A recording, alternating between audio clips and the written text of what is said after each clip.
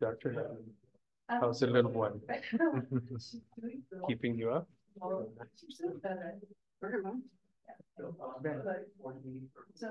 live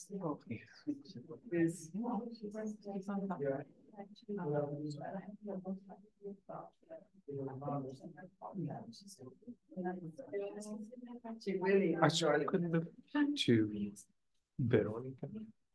Veronica. Over here. Yeah. I don't. Don't worry. But I can help you there. Oh, with her. Who's with her? Yeah. What's a good time for you? Okay. Let's do it. Okay, that's okay. Let me know when you're ready. Whenever you say so. All right, good afternoon, everybody. Today is Monday, May 27th, 2024. It is approximately 5:32 p.m. And this is the Finance and Audit Committee meeting, and I call this meeting to order. We'll proceed with agenda item number 2, which is roll call. Jorge Delgado, present. Esteban Rangel, absent. Karina Elizondo. Present. Tita Cantuvela. Present. All right, thank you, everybody. All right, we'll quickly move on to agenda item number 3, the April 2024 financial report. Mr. Cesar Vela.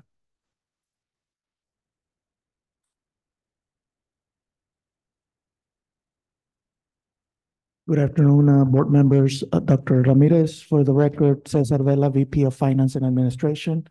Included in your board package, you received a copy of the April 2024 financial report. I'll quickly go over some of the highlights.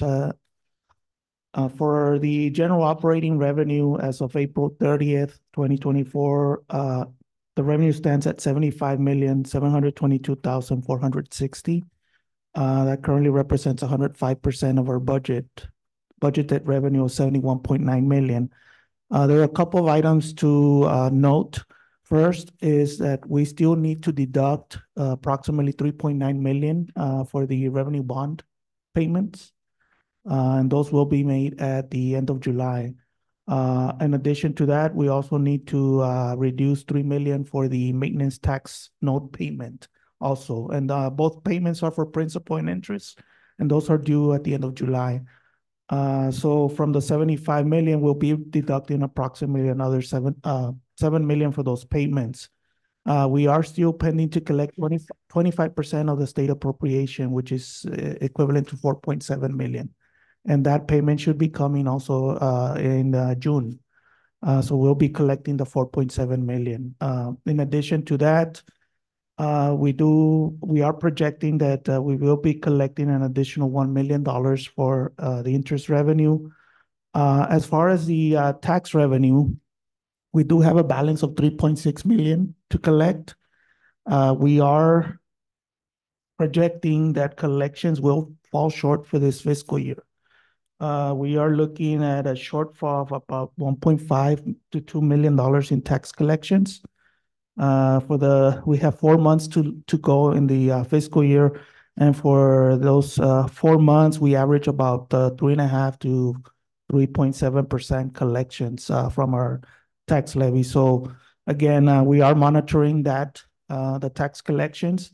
However, again, one of the items that was not taken into account when we created the 2024 budget was the 1.2 million that are currently reflected for the FAST program. That is additional revenue that was provided by the state for the dual enrolled students. We are also projecting that we'll collect an additional 1.4 million. So that 1.5 to $2 million shortfall in the tax revenue will be made up by the FAST tuition revenue. Any questions on the general operating revenue? Just to clarify, the 1.2 was for fall, and the projected for spring is 1.4 based on enrollment. Okay. As for expenditures for the first 8 months, or for the 8 months of operations, we have total expenditures of 41,625,603. That represents 57.83% of our budgeted expenses. We don't have any variances to report. As a matter of fact, at this point last year, we were at also around 57%. We do have a balance of 26.1 million. We do have 4 months of operation. So again, we are projecting that we'll have an additional 18 to $19 million in expenditures for the last 4 months. As far as the other funds for the Import-Export Center, we have state appropriation revenue of 141,164. That funding has already been received. Expenses of 40,046 for the year. So we do have a net increase currently right now to the fund balance of $101,118. Auxiliary services, revenues of 1.3 million, expenses of 1,058,884. Right now, again, for the first 8 months, we have an increase of 270,938 to the fund balance. As far as restricted funds, these are our federal and state grants. We have revenues of 25.2 million, expenses of 25.2. The majority of those revenues and expenses are in the federal grant section, primarily the Title IV funding or Pell Grant funding. As far as the facilities master plan phase 3, we are in the final stages of that phase. We do have about 3 projects that are ongoing right now. We began the fiscal year with a balance of 12.8 million. We have collected 531,000 in interest revenue that has gone back into the fund for construction. Expenses for the year totaled 5.8 million, for a net decrease of 5.3 for the year. So as of April 30th, we have a balance of 7,535,904 for construction. And again, all those 7.5 million are currently already allocated to the projects that we're currently working on.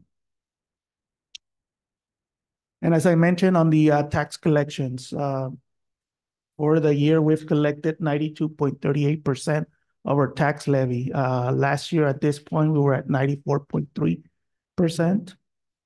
So we are about 2% down in collection. So again, looking at the last 2 years, for the last 4 months of operations, we typically collect around 3.6 to almost 4% of our tax levy.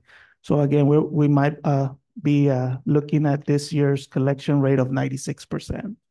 Again, from our tax levy of 45,958,000, we've collected so far 42,456,867. Again, we'll be monitoring this number, and also as we're working on the 2025 budget, we'll have to adjust that based on this year's collection rate.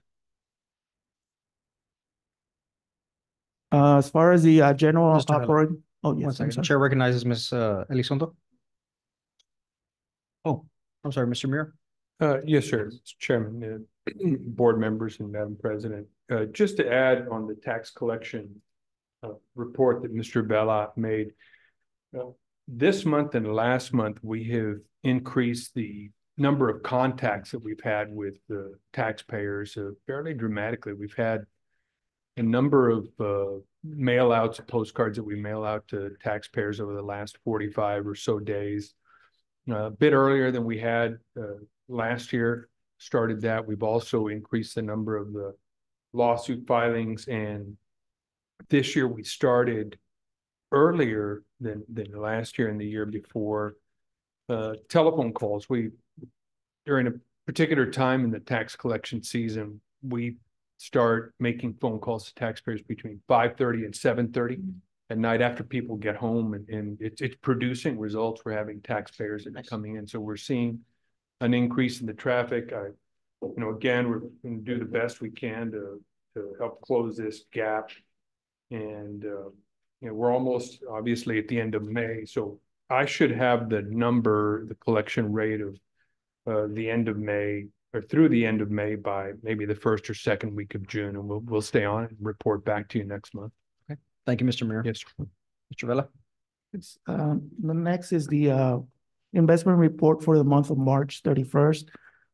We had bank deposits of 128,112,898. We have in the investment pools, we have $20,400,044 for total investments and deposits of 148,512,942. The yields currently are at 4.41 for the demand deposits. The Lone Star investment pool is yielding 5.49%, and the FIT investment pool is currently yielding 5.48%. The last item is just a quick update on the general operating fund balance. For the year, we began the fiscal year with a fund balance of 5.5 million. As of April 30th, we have revenues of 77.9 million.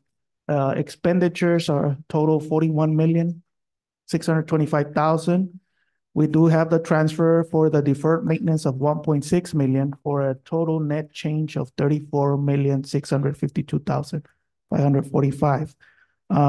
We're currently showing a fund balance of $40,165,077. Again, we do have 4 months of operations that will be recorded. In addition to that, all the closeout of the year-end expenditures, which include the net pension liability expenses and the OPEB liability expenses. Again, at this point right now, we're at $40.1 million. Any questions on any of the items? Thank you. Thank you very much. All right, we'll move on to agenda item number 4, the approval for the purchase of classroom lab supplies for the Industrial and Electronic Technologies Department. Mr. Cesar Vela. Yes, board members, we are going to be asking that the board approve the purchase of supplies in the amount of $82,396.06. These are supplies for the industrial and electronics technologies, commercial courses, and the motor control classes. The supplies are being purchased from CED Laredo using buy board contract number 657-21. The 82,396 are currently budgeted in the fiscal year 2024 budget for the industrial and electronic technologies instructional supplies line item. Any questions from members of the committee? No, not at all. Thank you, Mr. Villa. All right, we'll move on to agenda item number 5, the approval for the purchase of laptops for the Title III LEAPS program. Mr. Villa? Yes, this item is to request approval for the purchase of 25 laptop computers from Dell in the amount of $51,451.75. The laptops will be used in the computer science and technology department area by students, and they'll be used to help them with developing programming, network configuration, and cloud computing experience. The purchase, again, is being done from Dell, and we're using DIR contract number DIR-TSO-3763. And again, the funding for the purchase of the 25 laptops is coming from the Title III LEAPS program grant. Just out of curiosity, what else are they going to be doing with these laptops? Let me, one moment. And I just question just because it's an average of $2,000 a laptop. Yeah, that's what they run. I believe that. Good afternoon, board members. Heriberto Hernandez, Associate Provost. The laptops, the reason why they're at the upper end is they are going to be used for virtualization. Oh, okay. So in the Yeah. cloud environment, they'll Yeah. virtualize networks and databases and Okay, stuff like that that. makes sense. Not a problem. Yes, sir. Is this for the CAD? Thank you, Dean. Thank you, Mr. Villa. All right, we'll move on to agenda item number 6, the approval for the purchase of autoclave machine for the Title III LEAPS program. Mr. Cesar Villa? Yes, board member, this is another piece of equipment that is being funded by the Title III LEAPS grant. And we're asking that the board approve the purchase of an autoclave machine from Fisher Science Education in the amount of $56,296.10. The machine will be used in the National Sciences Department, and this is that will be used to sterilize the lab equipment and tools. It is a purchase that will replace an existing autoclave. So we won't need to do any modifications to infrastructure. The infrastructure already exists there. It's just basically to replace the current equipment that exists in that facility. Again, the purchase is through the Title III LEAPS grant at a cost of $56,296.10, and it is a buy board contract number 653-21. All right, thank you, Mr. Villa. Thank you. All right, we'll move on to agenda item number 7, the approval for the purchase of furniture for the Billy Hall Student Center and the Raquel Gonzalez Automotive Technology Center. Mr. Villa? Yes, board members, we are currently working on upgrading furniture at the South Campus. The furniture currently at the South Campus is close to 20 years old in some of the areas. So at this point, we've identified savings through the operating fund. And we are requesting that the board give us approval to purchase furniture in the amount of $87,091.88 from Office Source Ltd. And we are using a number of cooperative contracts, being Omnia Cooperative Contracts number R191803, R191816, R191811, R191804, and TIPS contract number 200301. The furniture will be used to furnish classrooms in the Raquel Gonzalez Automotive Technology Center. I believe we have 3 classrooms In addition to that, the seating areas outside in the common area, as well as seating areas in the advising center at the Billy Hall Student Center.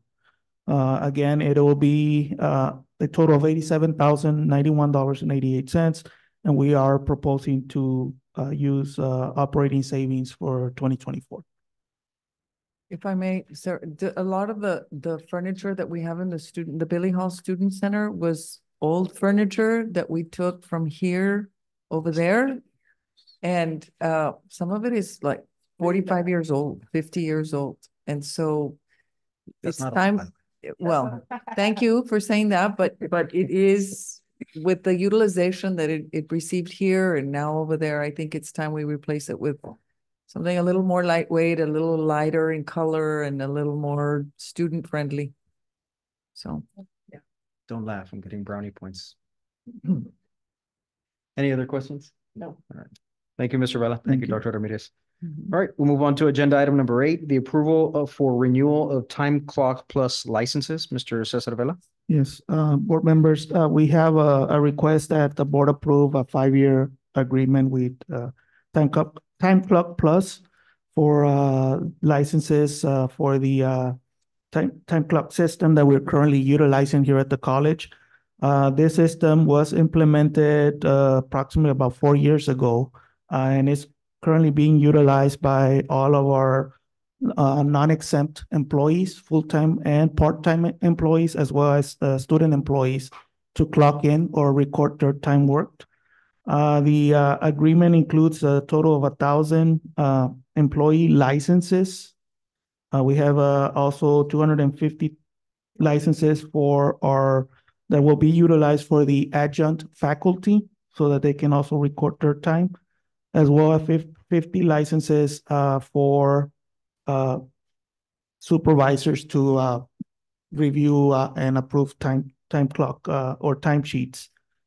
It also includes the hardware support and maintenance for 3 actual time clocks that we currently have on campus. The majority of our employees clock in using their computers.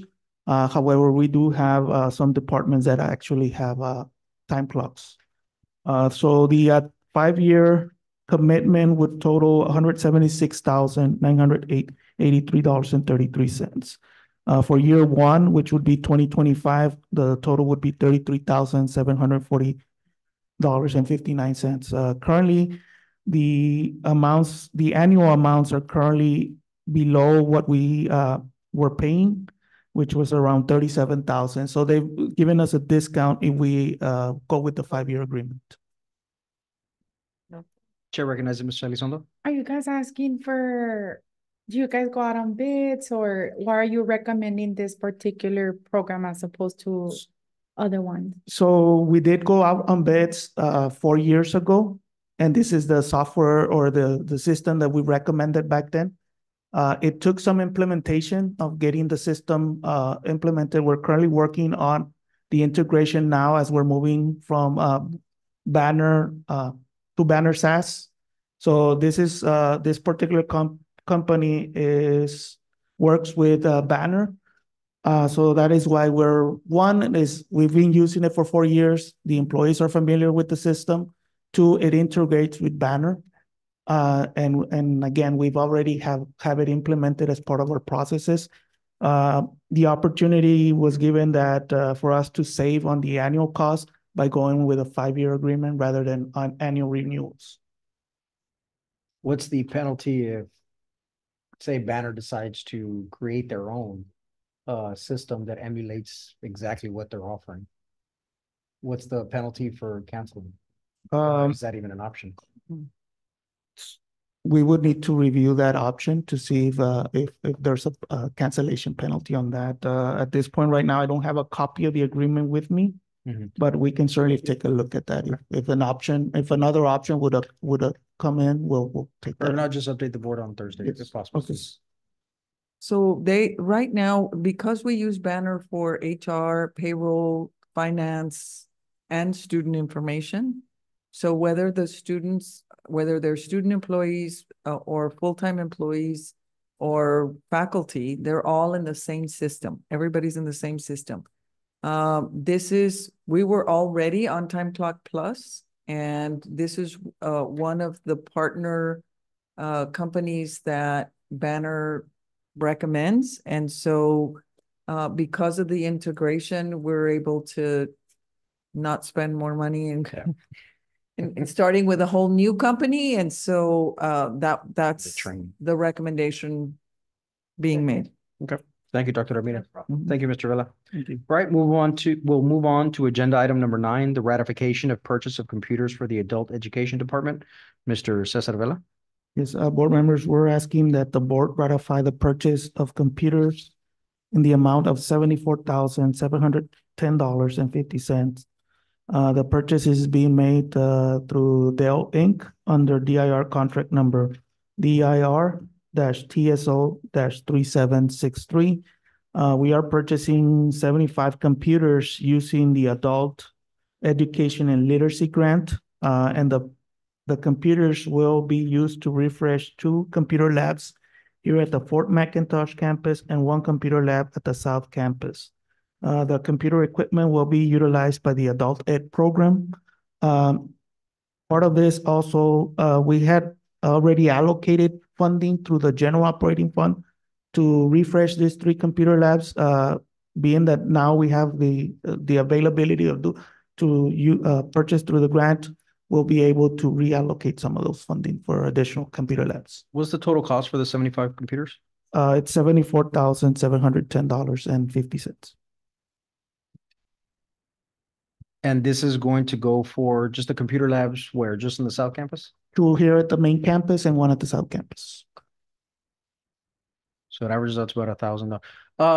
How often do we refresh these computers from the labs? So we try to have them on a 4-year cycle. Okay. Some of them are old. Really sad that we can't. And do we have students that are utilizing the computer labs? Yes. Do we have any data that reflects as far as, and my main concern is just that and I guess I use it from personal experience, but I've gotten away from the desktops and utilized laptops a lot more. And especially with the cost of them being at $1,000 a pop, we do it every 4 years. I don't know if it would be easier for students to utilize laptops more than it would to utilize computer labs. And if we are depending, and again, I guess just depending on the data that comes through with it from both computer labs, both in the South and the Fort Mac. Yeah, so we do have a combination of laptops and desktops. Again, it all depends on the purpose. One of the challenges with the laptops is obviously tracking the inventory and making sure that they don't get lost. Mm-hmm. We are right now working on compiling data to determine if we can consolidate some of these labs to bring down the number of computers that we have out there. Obviously, we are trying to keep that number down so that we don't have to refresh as many computer labs right now. And again, this is an opportunity because it's coming through the grant where we are now able to release some of those funds that we had identified for these computer labs to be utilized somewhere else. But is this grant specific just on those computer labs, or can it be utilized for? This is just for the Adult Ed program. Yes. But- And so the computer labs that we are targeting is for the Adult Ed program. Gotcha. Okay. All right. Any other questions? Yeah. Chair recognizes Ms. Vela. I was just gonna make a comment. I mean, my biggest concern from ever has been that we can't keep up with the ISDs when it comes to computers. You know, we have to keep them for 4 or 5 years, and they get new ones almost every year, you know, and our students come and we're really behind, and it's sad. It's really, really sad. And the laptops, it just disappeared. Well, if I may, the school districts are using Chromebooks. Oh, they are. And so the difficulty when the students come to the college with a Chromebook, there are a lot of programs that we use at the college level that don't function well with a Chromebook. And therefore they're dependent on some of our computer labs or laptops that may come with a particular grant, like LEAPS gives their students grants. especially in the sciences and in the engineering and technology, the CAD program. Those computers require a great deal of depth and memory. So we try to keep those as fresh as we can. But yes, we are working on trying to figure out the utilization of our computer labs in our other departments to see if we can't consolidate or schedule courses a little bit better so that we have higher utilization and they're not assigned to an individual teacher. Which is good. And, Part but of it, these computers are not necessarily for faculty or. No, No, and by that I mean, so if I'm teaching a course, Mhm. that this lab is my lab. So I may use it Mondays, 1 hour, 2 hours a day, and nobody else And uses nobody it the rest of the day because it's my lab. And so my students come in for the 2 hours and and then, the rest of the day, nobody uses it because it's my lab. But then. I mean, yeah, that's it, so they're trying to utilize it. So what we're get trying to do is Yeah. work on Yeah, which is nice. scheduling. So I may use it 2 hours in the morning and then somebody else use could it, come in and uses it. teach in the afternoon in the same Mhm, lab. mhm. Which is, the idea is to make sure To we make have all sure the that you- software required for Right. everybody to be able to use that. Gotcha. Okay. Thank you, Mr. Vela. Any Yeah. other questions? All right. We'll move on to agenda item number 10, approval for 3-year contract extension with VM Technologies for student refund disbursement services. Mr. Vela. Yes, board members, we currently have a contract with BM Technologies, also known as Bank Mobile, for disbursement services. Oh, And these services are for the refund distributions for financial aid or scholarship refunds to students. Our current contract will come to or will expire at the end of June. And we are requesting that we renew for an additional 3 years. The fees will remain the same. Currently, right now, the annual subscription fee for those services are $7,000. And we do get a charge of 15 cents per electronic disbursement and $2.50 per check disbursement. We are averaging around 10,000 a year in expenses for these services. So for fiscal year 2025, we're budgeting 10,000, and again for 26 and 27, also 10,000. Again, these are the services that we utilize to disburse the financial aid refunds to our students. Chair recognizes Ms. Elizondo. Question, again, this is an extension. Is Yes. there anything that, what do you guys do once, like, for example, in this particular case, it's going to end? Do you guys offer anybody else the opportunity to apply or to offer their services? Why are we just getting an extension for 3 years? So this is similar to the other situation where they've already been integrated into the current banner system that we have. So it does take implementation costs whenever you switch providers. There is work behind the actual integration of the system. So there are what we call, I guess, startup costs that are, if you were to switch providers, we would incur fees to be able to integrate the system with them. to their system to our banner system. So again, when, like, for example, this one, the time clock, a lot of our softwares that are already integrating with Banner, again, we typically want to just continue because they've already been integrated into our system. Our students are familiar with the system, rather than absorbing a startup cost again to implement a new system. Again, and the reason being that they're not increasing the fees at this time. So again, we're averaging around 10,000 a year for the services. Out of that, it's 7,000 is just for the basic fee that they charge every year. And then the 15 cents per electronic disbursement depends on how many disbursements we make throughout the year. As far as check disbursements, we don't handle that many check disbursements. Everything now is electronic. So this service or system allows us to disburse the financial aid refunds to our students via a credit card or debit card. Mhm. Or they can also opt to tie their bank account, and the funds get deposited to their account. Now, there may be some times where a student may not be able to have a bank account or get a card, then a check is disbursed, but those are minimum. And again, that's why the cost of the check is higher, because they're Yeah. discouraged the checks.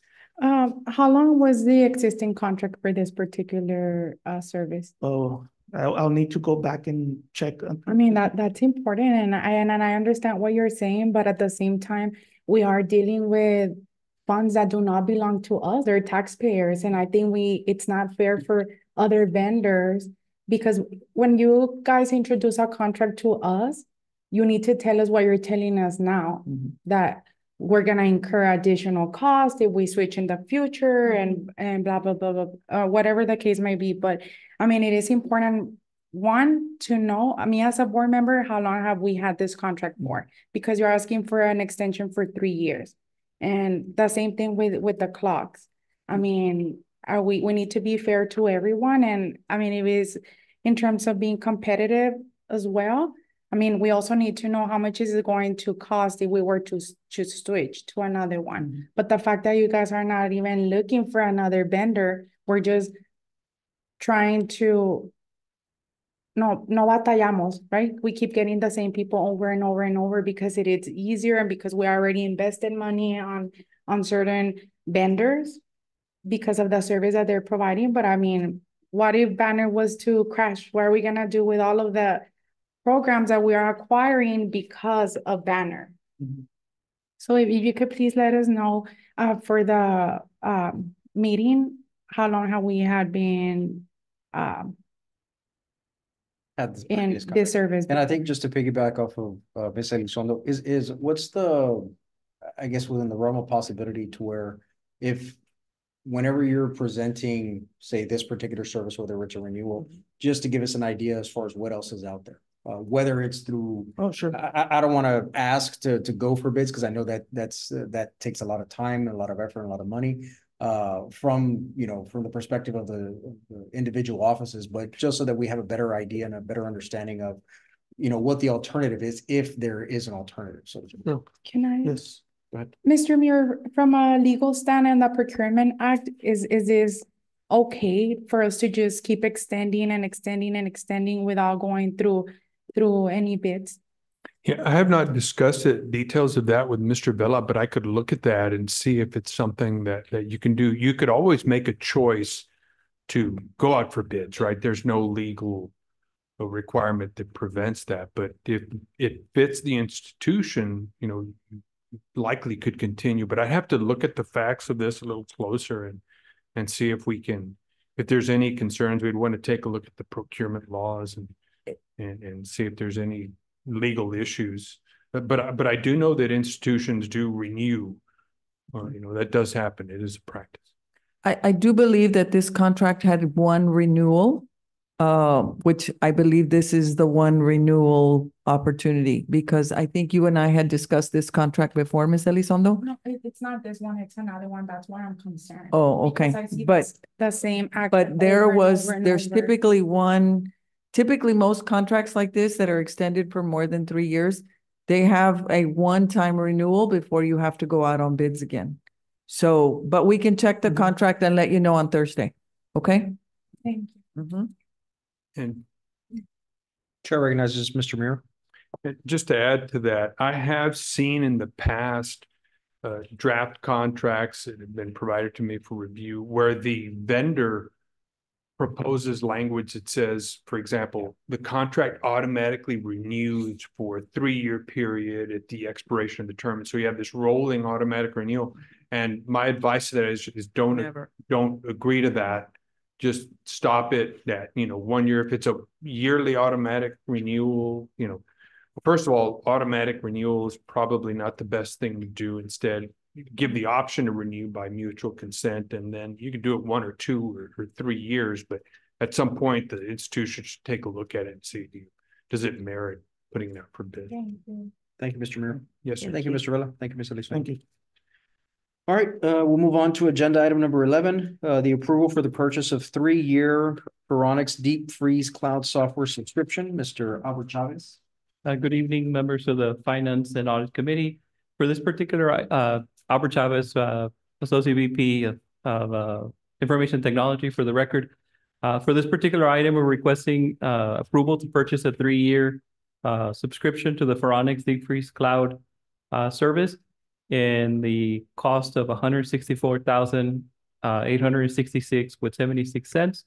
The vendor for the purchase is SHI Government Solutions using TIPS contract 230105. This particular software will allow us to manage the patching of all the operating system applications in the labs. And to answer one of the other questions that I didn't include on the description, this particular software will also allow us to run computer utilization reports moving forward. So that way we can provide detailed reports of all the computers being utilized. For the purchase of this this subscription, we're using funds that are currently allocated to the technology support account under the IT department. How many other cloud softwares do we utilize? How many other cloud softwares?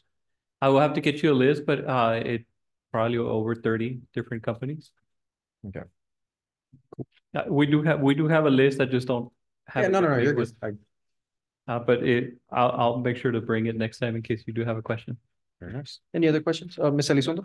I understand the need, but what, in your personal words, in your own recommendation, why do we need this?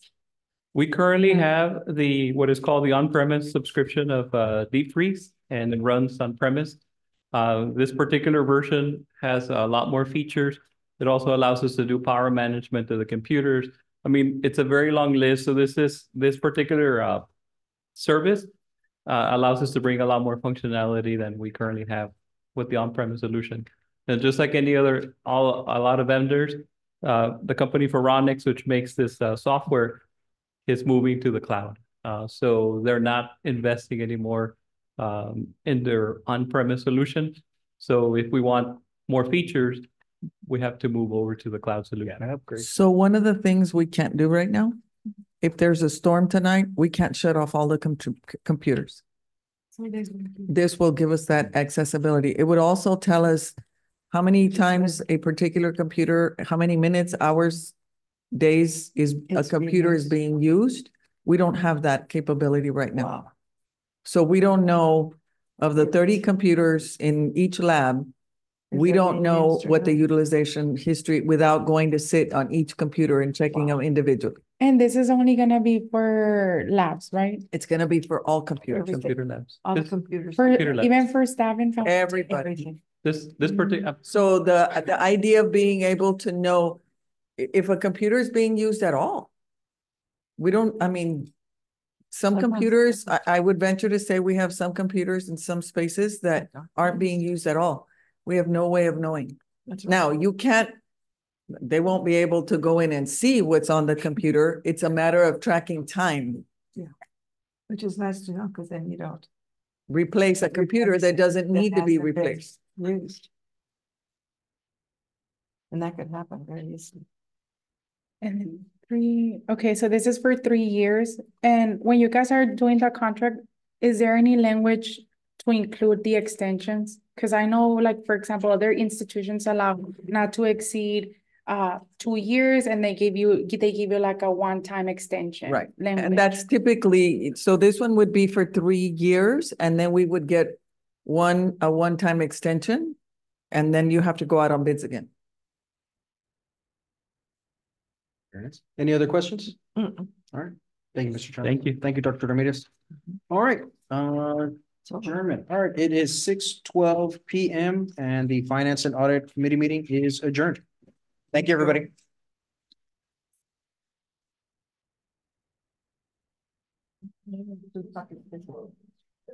I only need to copy this.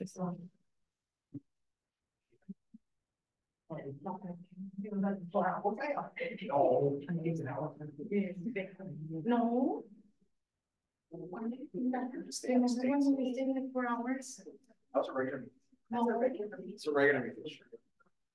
There, say my name.